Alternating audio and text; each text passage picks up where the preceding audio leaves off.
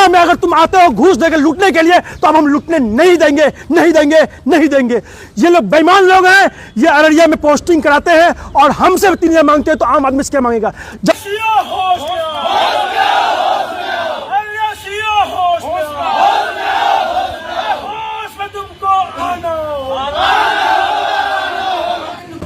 क्या मामला हो गया यहाँ पर? देखिए, ये एक आवेदक है, इन्होंने अपने जाति प्रमाण पत्र का 9 एविडेंस दिया है। कितना 9 एविडेंस है?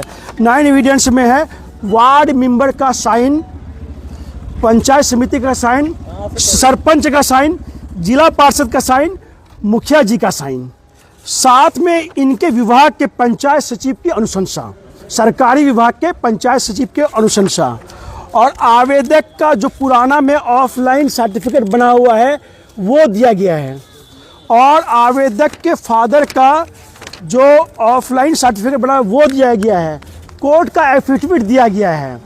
उसके बाद भी मुस्कुरा के बात करते हैं कि अंदर टेबल मैं कुछ उनको दे दूं।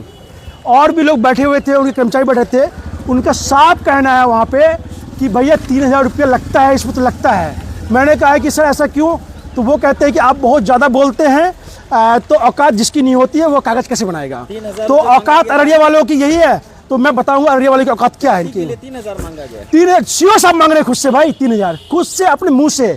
अगर कोई कलर के मांगता तो एक बात था, किससे मांगा गया? और वर्डिंग क्या है? औकात नहीं है तो कागज कैसे बनेगा? मुझसे मांगा गया, फैसल जावेद यासीन से मांगा गया। आपसे? जी बिल्कुल। और ये है जी, कहाँ है बुलाइए, कितना पावर है उनको, बुलाइए यहाँ पे, उनका कितना पावर है? गलत अररिया ब्लॉक में, अररिया अंचल में जो भी काम होता है वो पैसा के साथ ही होता है। बिना पैसा एक काम करे, और जितना यहाँ पे आवेदन पेंडिंग है उसको क्लियर करे। और वो धमकी देके गए हैं हमको, जो करना है कर लीजिए।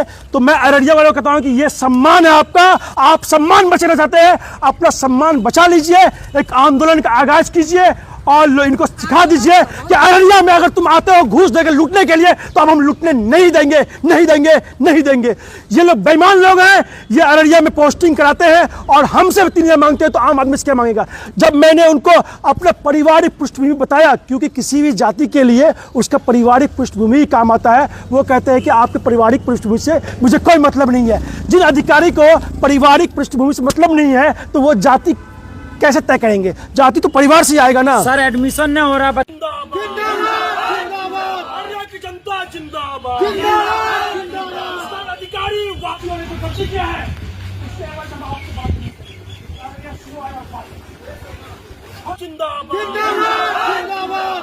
जनता उसको बोला जाता है कि आप मुझे पारिवारिक कुछ नहीं देते।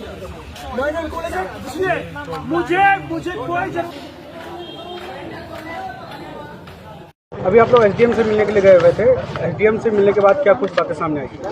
जो जातीय निवासी वगैरह में जो भी समस्या था और अररिया सीओ का जो बिहेवियर था, जो प्रभारी सीओ है, तो उसके खिलाफ हम लोग धरना बैठे थे।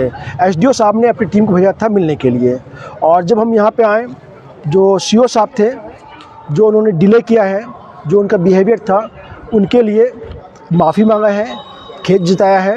उन्होंने कहा कि जितना भी पेंडिंग केस है हम बहुत जल्दी कर देंगे, और सारा आवेदन पे जो उनको डाउट था इस वजह से नहीं, इस वजह से नहीं, एसडीओ साहब ने, माननीय एसडीओ साहब ने सारा उनका जो क्लेम था उनको उन्होंने रिजेक्ट किया और हमारी बातों को समझी, हमारा बात सच पाया गया।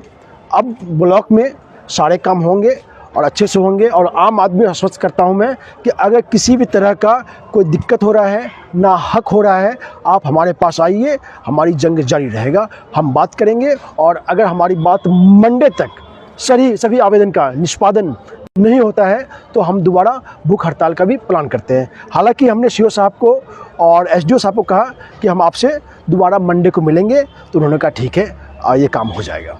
मामला ये हुआ कि मेरे हस्बैंड खुद का जाति पर ऑनलाइन करवाने आए थे, तो उनको तो 4-5 दिन से ऐसे ही वो ये कर रहे हैं कि आज नहीं, कल नहीं, ऐसे नहीं, वैसे नहीं, बिजी हैं।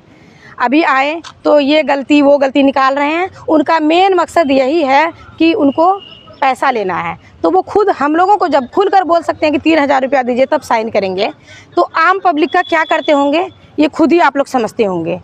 तो आज मैं यहाँ इसलिए आई हूँ कि सीओ साहब आए, वो घूस मेरे हाथ से ले और साइन करे। जब तक नहीं वो घूस लेकर साइन करेंगे यहाँ से नहीं जाएंगे। ये